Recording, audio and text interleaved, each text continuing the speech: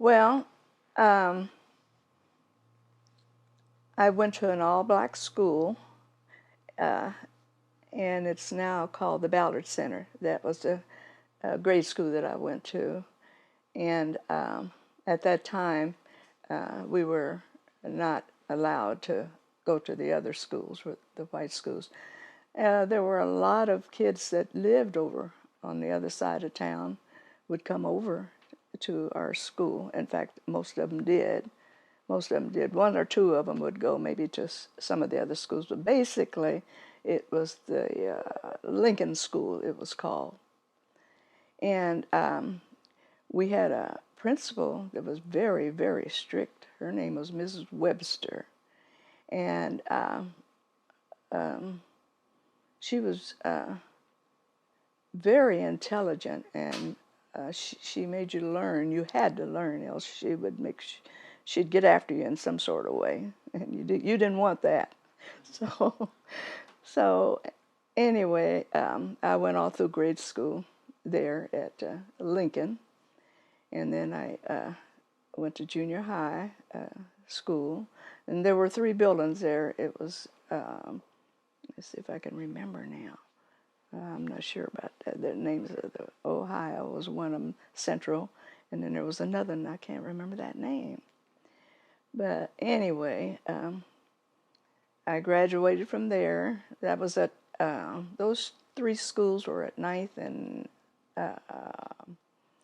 Tennessee, I believe it was, or Ohio, yeah, where the library is now. Yeah, that's where the school was. And then I went on to Lawrence High School, and during all of this time, I was musically inclined, even from grade school, junior high, and high school. I played the piano, and I played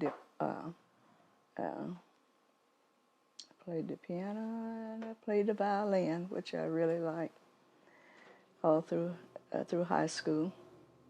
And then I graduated from there. I know I'm leaving something out, but I graduated from there and got married after high school. And I married, everybody called him Bud Williams, but his name was really James Williams. Married him. And then he went off to service, and my son Tyke was born in 1953, and he came back from service, and we bought our first home and lived there for about 24 years. That was in East Lawrence. And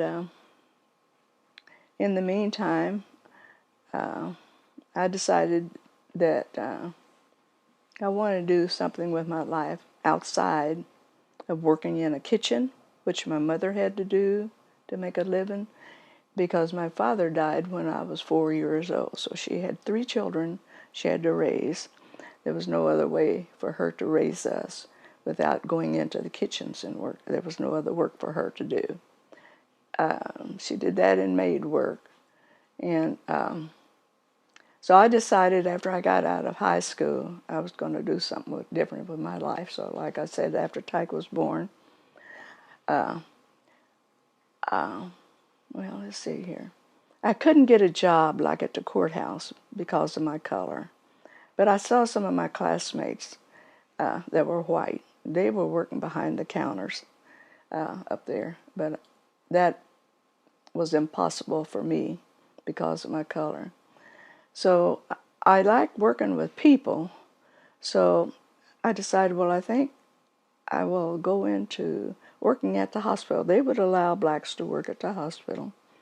So I did that, and started out in Central Supply, and I worked there for about a year at the hospital. And then a program came along, a government program, which really surprised me. It was some of the first government programs. And I signed up to go into nursing. So I was accepted, and I got my license for a licensed practical nurse after about a year and a half, I think it was. And then I went to back to Lawrence Memorial Hospital, and I worked there for about almost 20 years. And I really did like it because I like working with people. And there was no prejudice or anything there, so I just stayed. I was happy that I did what I did. After I got to high school, junior high, the schools were integrated.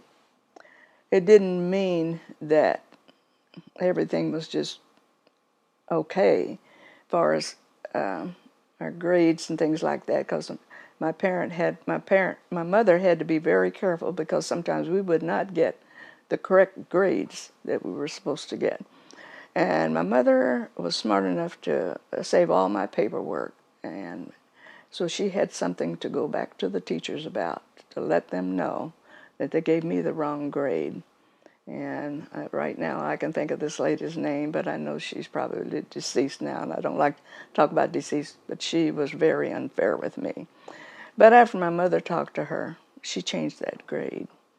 And so I always had my mother to stand behind me in all those type of things. We could not, it was not integrated far as sports and things like that. The blacks could not go. They had to be separated in junior high and in high school. We had to have our own cheerleaders, like in high school, things like that. And I guess at that time, we never thought anything about it, because that's just the way it was, where we was brought up, where things were. But now that I look back, I see how far back we were kept, and we didn't have any agencies or anything like the NAACP or some of those groups at that time. And later on,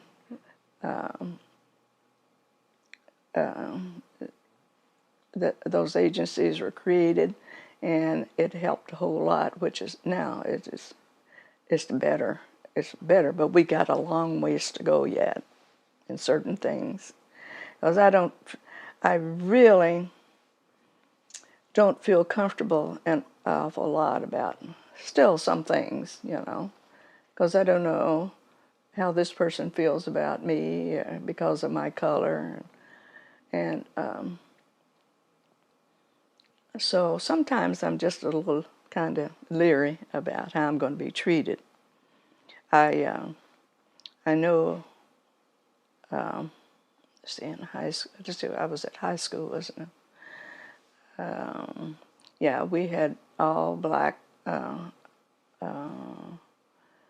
football and basketball teams and cheerleader groups and things like that, and that's sort of changed now for the better.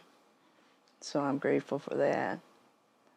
I know my mother, she worked very hard, to feed us and clothe us and all that back in those days. And she had saved up enough money to buy a stove for our kitchen. And so she went downtown in Lawrence here and paid down on that stove and said, I'll be back to pick up the stove at a certain time. Well, when she went back to get the stove, they had sold it out from underneath her. These are the type of things that really, really hurt me as a child, knowing that my mother put that money out, and then she never got it back. And that was not very. I didn't, that hurt quite a bit. And then there's other things that happened all during my life, like when I was pregnant with my son Tyke. It was a hot summer day, just really, really hot. And we had to ride the bus. I didn't have any transportation, and he was in Chicago in the service. And I was waiting for the bus, and I said, oh, it's just so hot right there at 8th and Massachusetts Street. I said, I think I'll walk across over here and get me a Coke or something like that. Well, you could tell I was pregnant, So I went over there, and people that would come in they would wait on them, just ignored me like I just never was there, and I felt like I was just going to faint. So I never did get waited on. So I went on back, had to go back, cross the street, get on the bus, and go home and get me something to drink there. These are some of the things that happened that it's just hard to get over with, you know. And it's like I was just treated so unfairly. There were other stores downtown and things like that. If you'd go in to buy a dress and you wanted to try it on, they would give you a hairnet or something to put on before you could try it on if you were black. Things like that. I guess they thought, I guess, that you were going to have, you know, get something on the clothing that they couldn't sell. There were so many instances that I could just go on and on and on. But I will say things are better, a lot better. And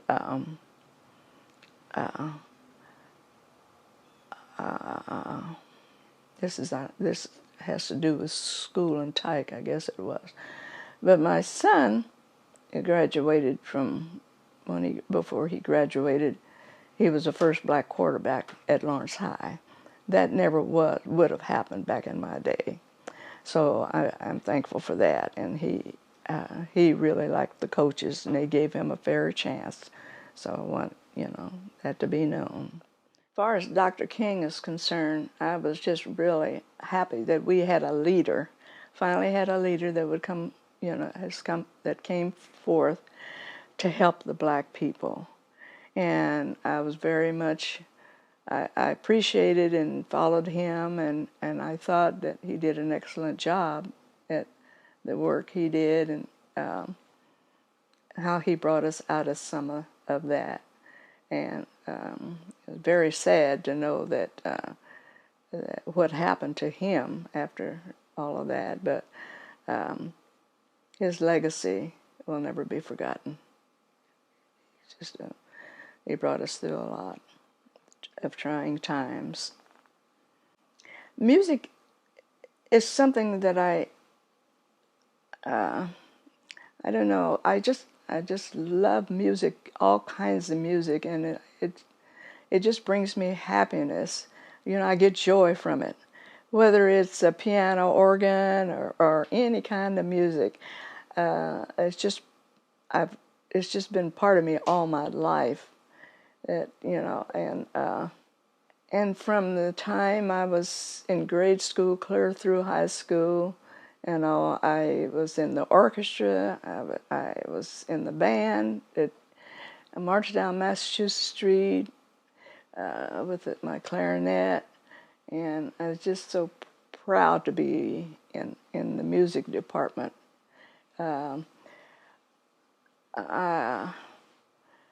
I played for the choirs, the church choir. At one time, I had about 4 choirs: men, children, young adults, and adult choir. And I don't know how I kept all of those going, but I did for somehow. But I was younger, and I also was working, and it's just been, you know, I wouldn't have done all of that if I didn't like it. I just love it, and I love gospel music most of all. I think that's my priority, and I'm still into it. Not so much as directing choirs and things like that, but I follow my grandson, Tyson Williams, with his music, and he has been playing for so long, and he just keeps playing and playing and playing. I get such joy out of his music that he plays, and I've followed him to Minnesota and different places just to hear him perform with his music and his talent. So I'm still enjoying everything that he's involved in regarding his music. During the civil rights movement, I listened to all the music. I like the music of Aretha Franklin, Sam Cooke, and the staple singers, and that brought me great joy just to listen to them. It was so spirited. It just brought me lots of joy during that time. It was uplifting. There's so many, it was so much that it was almost a normal thing. We did not object. Well, the police did put you in jail if you started a problem or anything like that. You just dealt with it. We didn't know any better. Till now, we can see what we were really up against, But we can also see how far we have come from that. But we still have a long ways to go yet. Yeah, a lot of times we had family that did live in the South, and we didn't get to see them like we would have liked to because we were afraid. We were afraid to go to the South. We had heard so many things about the South. And so when we did make a trip or so to the South, we made sure that we didn't stop along the road or anything like that because our travel at night, anything like that. We had to stay in the homes. There was no way for us to stay in hotels. They would not allow us to stay in hotels at all. And it was a frightening thing to travel to the South because we'd heard so much about it. So now things are better that way, but there's still a lot of improvement yet to be made. When I was growing up, the only jobs black people could have would be cooking in the kitchen. The university, they did hire people, for that. The white people had other jobs, so there was openings for the black people to work in the sororities and things like that. So that's where they made their living there, and as cooks and maids. And the men, they worked changing tires and filling stations and janitors. That's the kind of thing, the work that the black people had to do when I came up. I worked for about 20 years in nursing, and I started having some leg problems. So I said, well, maybe I can find something, in a bank or what. At that time, they were hiring people. So I started working there as a teller. And I worked up to be a supervisor. And then I was supervisor over 3 of the banks here in Lawrence. One on 9th in Massachusetts, and the other one at 9th in Ohio, I believe, right across, that'd be 800 block. And then the one that's on the south side over there, First National Bank. And I had one time employed 24 employees between all of them, and I had supervisors at each bank that was taking care of those banks. Oh, I wrote a teller manual for the First National Bank. First teller manual that was ever written for a bank, and I got no credit for it. I have a book about this thick right now, and I covered every aspect of a teller as to what to do and what not to do, and I had regular meetings and things like that. But the supervisor would not give me any credit for that, would not allow me to have my name inside that book that I published for that bank. And that was the very first one that was ever written for a bank. So there, it's just things, one thing after another. When I was growing up, we made our own fun. Families would gather together, and we'd play cards, and we would. We had ice cream. We made our own ice cream with freezers, old-time freezers, and then we went to church. That was one of our gathering points, and sometimes that was an all-day thing. Morning, afternoon and evening. We spent Sundays in church. If we wanted to go to a theater, we had certain sections that we had to sit in. And they would have someone in the back of us back up there. If you made any kind of a noise, they would come and escort you out. We could not sit down below. We had to sit upstairs in like a balcony. And they would escort us out if they thought we had a problem. And sometimes we didn't, but they would escort us out anyway. They could just do anything they wanted to us. We couldn't sit down in the restaurants and eat. But I had uncles that cooked in the restaurants, and but we couldn't go in and sit down and eat at all. My father-in-law was very light-skinned. When he moved here from Missouri, he got a job working for the city. Luckily, that was during the time right after the 40s, I guess. After the war in the 40s, he got a job working there, and he was very light complected. Just he looked like a white person, and he would go with some of the fellow employees down to, I think it was Woolsworth downtown, to eat lunch together. And at that time, we were not allowed to sit at that counter. But as long as he kept his hat on, because he was so fair, they served him. And he was about the only one that I know that could go downtown and eat in the restaurant because of his complexion was so light, they thought he was white. When I heard that Dr. King was assassinated, I was working in the hospital, taking care of a patient, and someone came to me, one of the employees, and said, Dr. King just got assassinated. And I was helping with a patient at that time.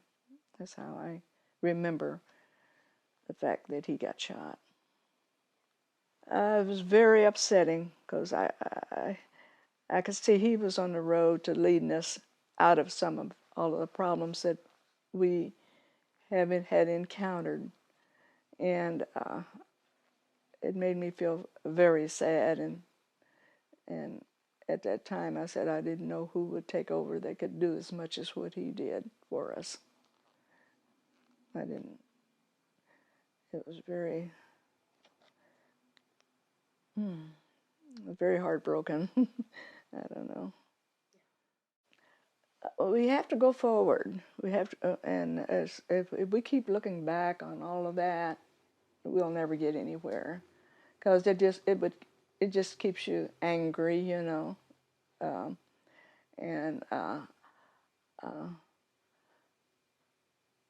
I don't think that we should, like I say, look back. Just keep going forward and be the best person you can be, and vote for good leaders, and I